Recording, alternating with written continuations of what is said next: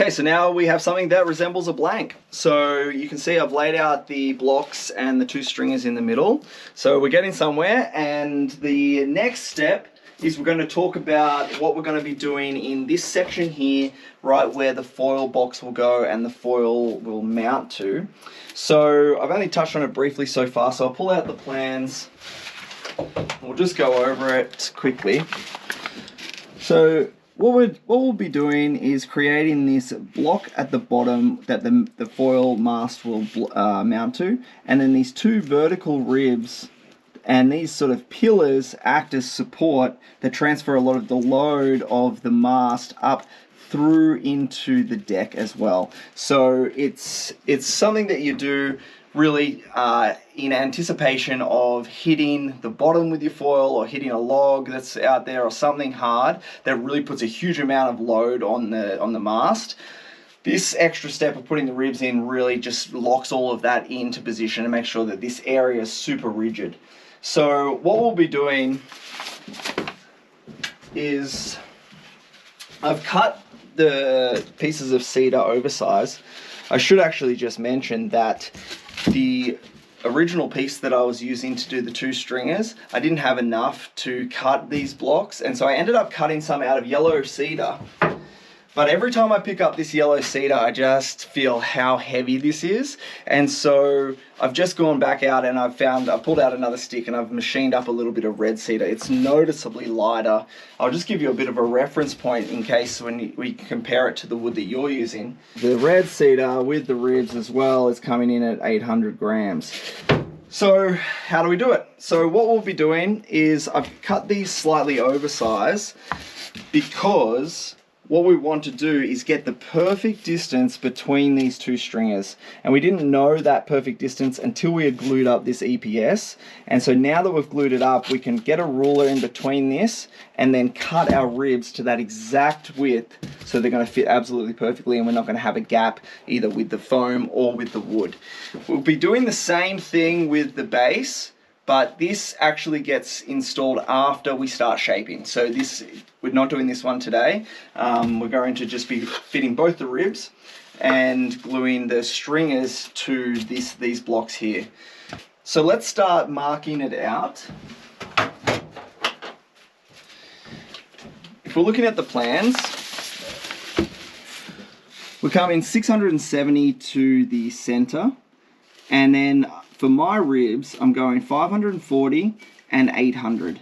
Now, depending on the length of the track, you might want to make this longer. So this whole section might get longer if you buy sort of oversized track lengths, or it might even get shorter if you have shorter track lengths. But because I'm using track lengths that end up around about 12 inches or 300, my box, this box here, is for about 400 from side to side.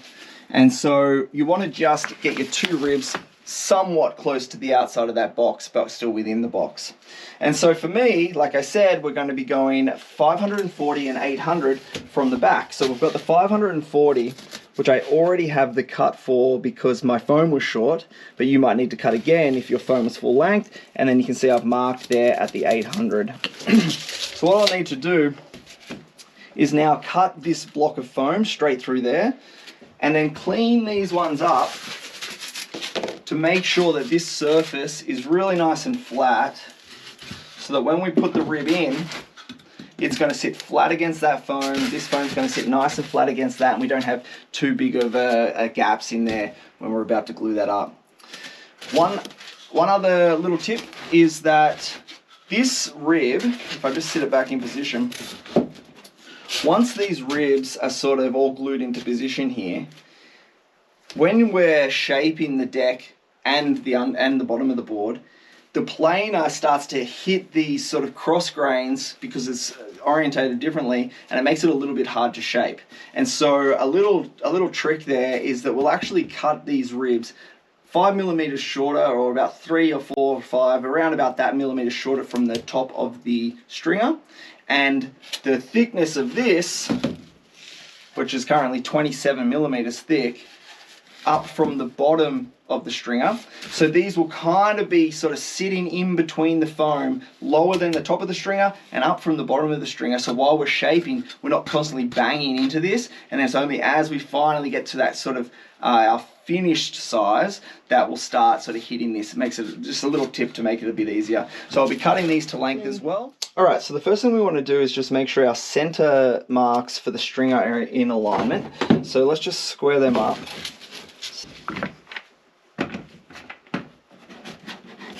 Just so it's not going to move. And then we'll do two things. We're going to get this width and we'll mark out where we're going to make the cut. So where it's just a little bit low on the foam there, I can just push that ruler right into it and I can see that that is 149. It's 149. If I just come down here, check it as well. Yeah, it's 149. So I'm going to cut the ribs to 149. So both of these, the width, because they'll be standing vertically, so the grain will actually be coming vertically up like that. And so I'll be cutting that to 149. Okay, so the next step is to mark the rib positions. Like I said, I've already got this one because my foam was short, but you might need to mark that one ready to cut. I've already got this one that's right at 800, and so then we'll just use the square and draw a square line because I'm going to just cut this with a handsaw like that. This one I'm just going to clean up, and then what we can do is take the clamp off, put the stringers to the side, and then roll this foam and mark a square line here as well off the bottom, because we know the bottom is somewhat straight. It's a hot wire cutter straight, so it's not perfect of course, but it will give us a good reference.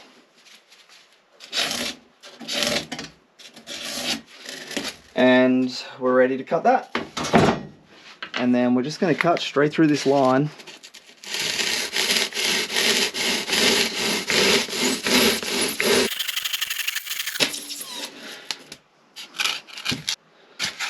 Back into position.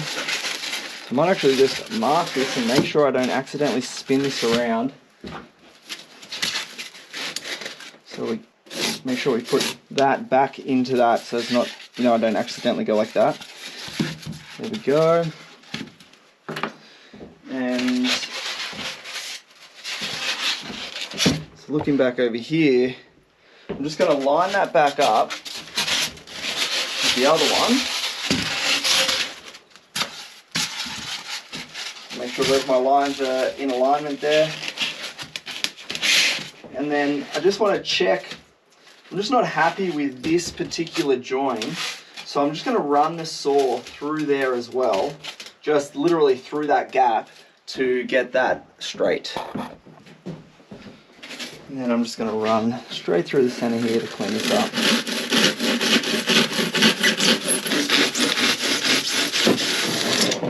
There we go. Alright, that is looking pretty good. So both of these joints now are looking pretty flat. You can see this is where the rib will be going in, so that's looking pretty neat, good enough for the glue to bond to both of those surfaces. So the next step is to rip down these ribs to 149 millimeters. Of course you'll be cutting them to the width of your foam, so the thickness of the foam in between your two stringers equals whatever the width is for you, but for me it's 149 millimeters. And then we'll also be determining the height, so how long we're cutting these. And the way we're doing that, like I just mentioned, is we'll be putting, if we want to measure it using the stringer, what we want to do is put the base plate on the flat on the table. Make sure there's nothing there. The base plate flat on the table, and then these two ribs are going to be positioned effectively like this. So this is what we're building. But like I mentioned, we don't want to cut these all the way down to the bottom and then have to route or plane all of that bottom off. So we're going to cut this to this height right now. And we're also going to keep it a little bit low on the top there so that we don't have to, again, hit it at the top while we're planing, anticipating that we're going to be removing a couple of millimeters off the deck here to get this section nice and flat. So we can just put that straight down. We've got the stringer in position and we're literally just measuring up. So to the top of that surface right now I have 120 millimeters or 121 millimeters, and so I'm going to cut it to 118, I think. That'll give me 3 millimeters. Yeah, 118. So I'm going to be cutting these two ribs to 118 millimeters high. That will land at just under the top of the stringer, and to 149 millimeters wide.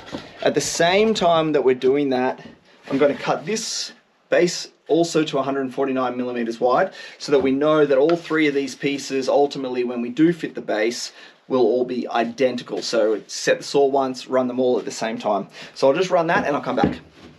All right, so I've just cut those. And so now we have the two ribs and this all cut to the same width. These are actually the finished sizes. So if we just quickly dry fit this one more time, I'll just show you how this is going to work. We now have the two ribs cut to height there. You can see them just short of the top of the stringer. And if we pull the piece of foam out, we can just slide it in here and have a look at our width, and you can see that looks really nice there. So that's going to come up quite flush when we put the second stringer on the other side. So they're ready, and the next step, what we're going to do is actually drill the holes in the stringer and in these ribs to allow for the temperature, for the pressure to change and go in between these compartments. So if you think about the fact that we've just created essentially multiple compartments within this board, when we put our stringer on either side, we're going to have this compartment here, we'll have the compartment on the outside, and we'll have this compartment and these two. So essentially we'll have 5 compartments all separated by timber, but we want them to vent evenly. So the idea here is that we'll be drilling holes, and we'll be using a hole saw, but you could use basically any big drill. And we'll be going along and running a series of holes through the stringer and also a hole through the center of the ribs. And so this, you can actually do this for 2 different reasons. I'm just going to stack the 2 strings on top of each other and start marking them. You can see this. So you can actually do this for 2 different reasons, where one is to allow for the change in pressure, but the other is to reduce weight. So that can be a technique used. I'm just going 1 every foot here, so 1 every 300.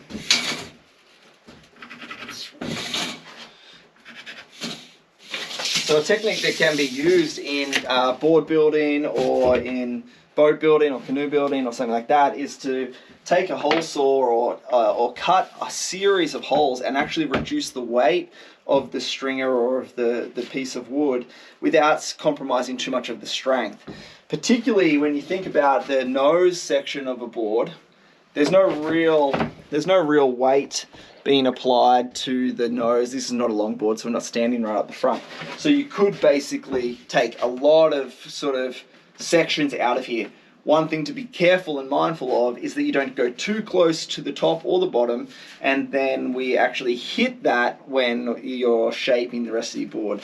We made these very close to the size that we want, so we know that as long as we're sort of 20 mil or an inch away from the outside, we're probably not going to hit it. But you never know when you might want to change a parameter of the board, or make it a little bit shorter, or make it a little bit skinnier, or change the rocker profile once you start shaping it. So you definitely want to stay away from that.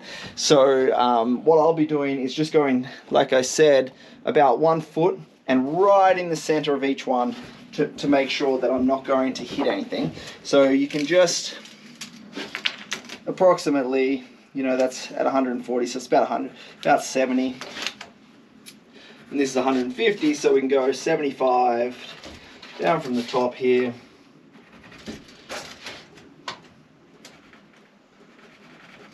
Like that. This should allow for adequate venting right in the middle of that. And then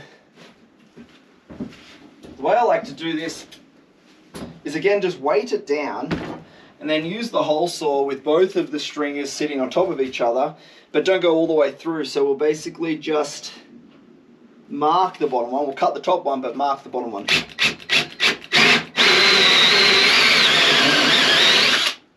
And so we've got the piece out of here, but that has drilled a hole there. So now we can move this and actually finish that hole as well. So I'll repeat the process and we'll drill all of these.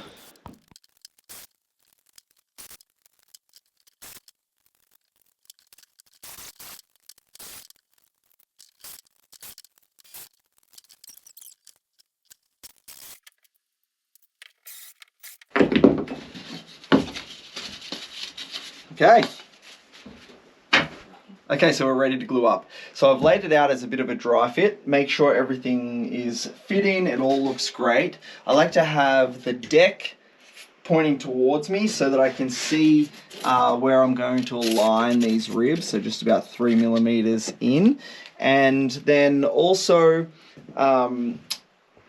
what tends to happen is some of the resin will drip down as we start to glue it up. So I just put these little stickers underneath the whole length, and then that way any resin doesn't actually stick your stringer to the bench. Also, you want to just sight along and make sure that this is flat.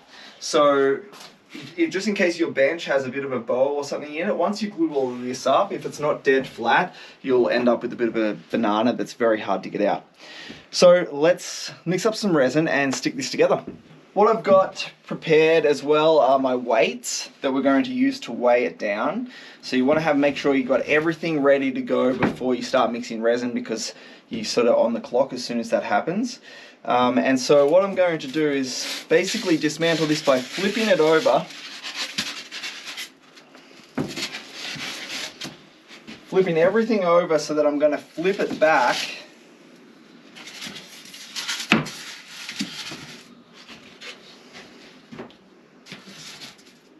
Like this.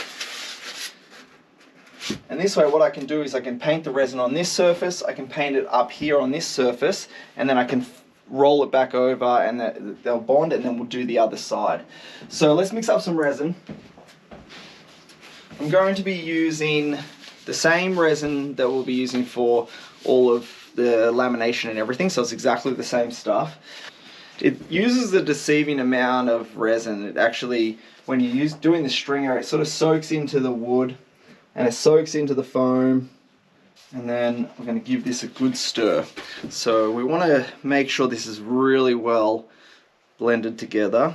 So you're mixing this for honestly like an actual 2 minutes of just stirring here to make sure that this is really well combined.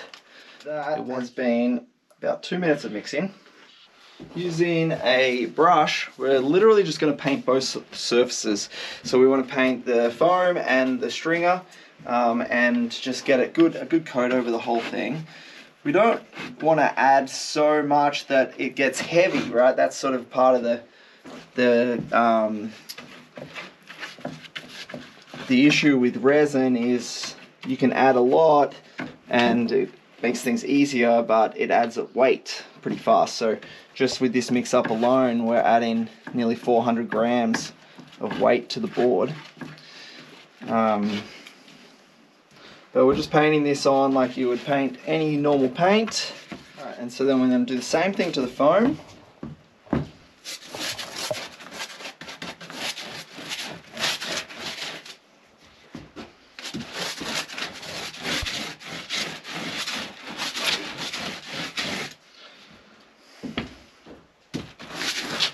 Not trying to like oversaturate this, because you can just add so much resin to this foam and it will just keep seeping into all of these holes. So I'm sort of just skimming across the top of it here with a wet enough brush that it'll definitely adhere. Similar to what we were talking about when we're using the spray adhesive. the strength of this board is not really in joining all the blank together. The strength is in the fiberglass that we encase the whole thing in. So while we want this to be really well stuck, it's not something that, you know, needs to be glued up like you're gluing up a bench top or something like that.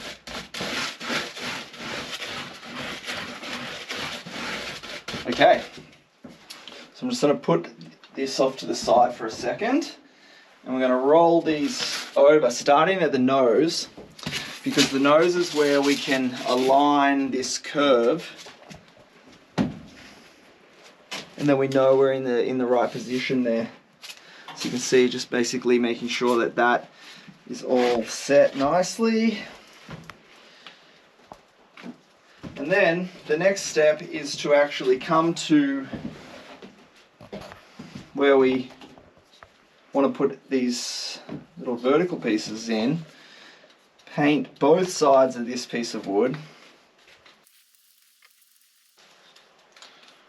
and we want to paint, I'll just sit that down for the moment, we want to paint the end of the foam here. It's going to sit like that, so we didn't need to paint that area, but that will be sitting pretty much exactly like that. And then we just want to paint, same thing, just a bit on here. Same thing with the next rib. So just line that with the stringer, so this sort of, that'll be aligned just about 3 millimeters down. And then just do the end of this foam. And that will go there. And then we can lift the stringer up so it's within reach and paint it.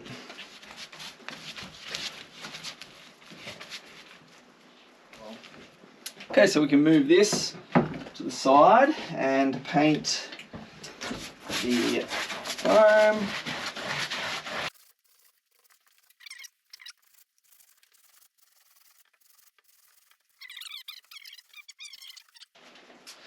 Okay, and we can position the top stringer. Same deal, we'll come down to the nose first, get this curve right, making sure that this is aligned from side to side. Straighten that up.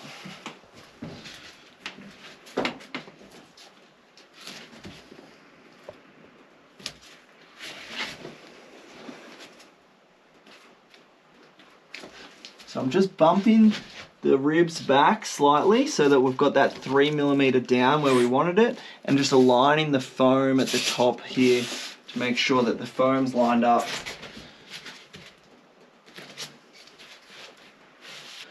Okay, so now that I'm happy that it's all in alignment, the first thing I like to do is just put a clamp on the nose here.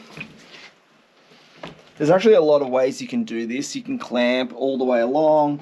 You can use straps. I've seen people use sort of tie downs, wrap around it and ratchet it up, or you can just weigh it down. I find that just adding some weight to this really helps. So just having a series of weights, sort of holding it down. But what I like to do here is just put a clamp on the nose, and then try and get some tension from nose to tail. So basically trying to squeeze this to put some pressure on those ribs.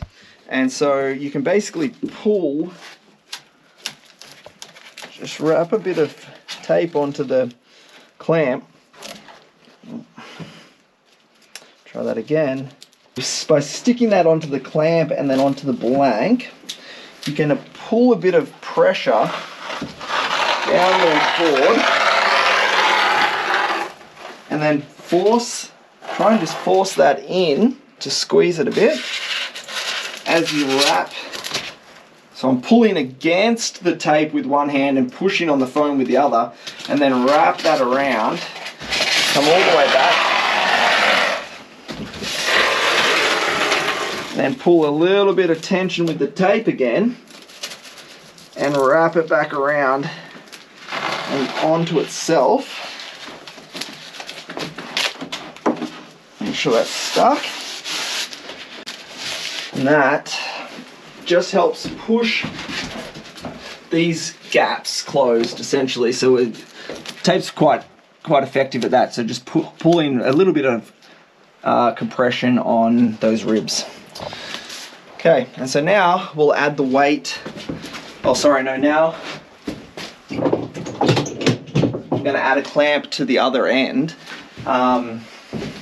because now that tape has sort of added some pressure, if we put a clamp here, then the foam can't actually expand anymore. It can't push back out. So that will actually hold all of that in position. And so we can now add our weights. One thing I want to pay special attention to is adding the weight right on top of those ribs, because we're trying to squeeze that timber and make sure that the timber is making the connection timber to timber, timber to timber. Now, like I said, you can use anything, but what I find is that these boxes of screws, this is what I always do. I just basically put a whole heap of boxes of nails and screws on here. And these are quite heavy. Okay, so now we can just inspect all the way along there, but you can see, if you hopefully you can see anyway, that's quite a nice tight bond there. Just a little bit of squeeze out happening. So that to me looks pretty good. I've got these in position, so that just double check that they're in position in your foam. You can see actually the foam here has moved back a little bit, so I'm going to force that foam forward to the front of the stringer. Just double checking that everything's set up. And there we have it. So we'll give that 24 hours to let that resin set up, and then we're on to the next step, which is gluing the sides onto this new frame that we built. But that's a good rigid looking frame, so I'm happy with that, and I'll see you tomorrow. So it's the next day. It's been probably about 18 hours or so, and the resin has certainly gone hard. So let's see how it looks. Take all the weight off. Yesterday I did actually say 24 hours, but it's not, with this particular layup, it's not actually 24 hours that's important. It's just when the resin goes hard. So if you wanted to do this in a single day, you could probably do it the first glue up in the morning, let the resin set, and then do this second layup in the afternoon.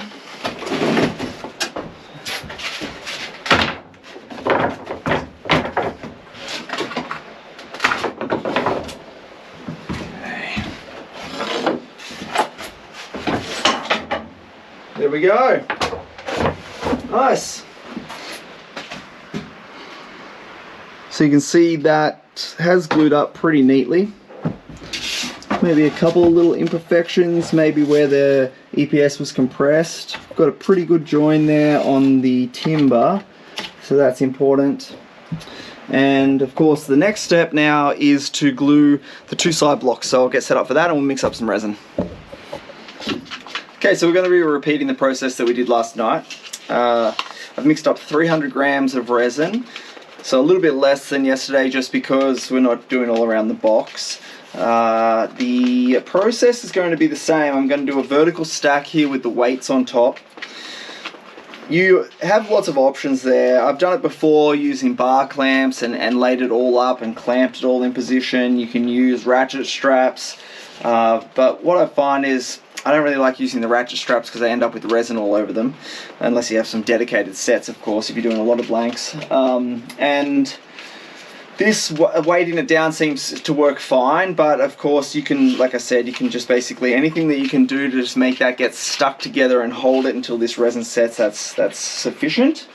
So I've laid it out that this is actually the bottom, then we'll be putting this section on top, and then we'll be putting this one, we'll be flipping it and putting it on top. So I'm just going to get the resin on this, get it out of the way, otherwise you start working a bit too high. And then we'll just paint it on exactly the same way that we did it last night.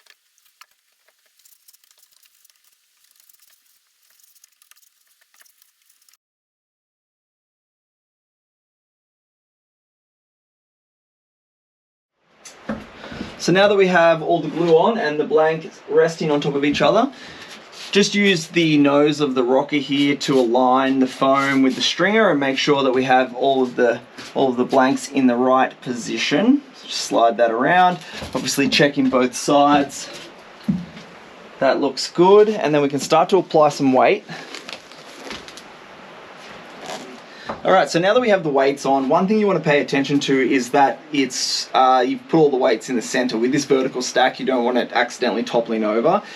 You could brace it, of course, as well. And you want to make sure also that that you've got a nice flat bottom. So this is kind of, you know, we haven't created some kind of step or twist in the blank. We'll be planing it out, of course, afterwards anyway, but it's good to start with the best base that you can. But overall, this looks good to me now. I can see that all of the foam is compressed down onto the stringers, so we're going to get some good adhesion there. And again, we'll be waiting for tomorrow, let that resin set up, and then we can see how it looks. So that is looking good so far. I'm happy with the result.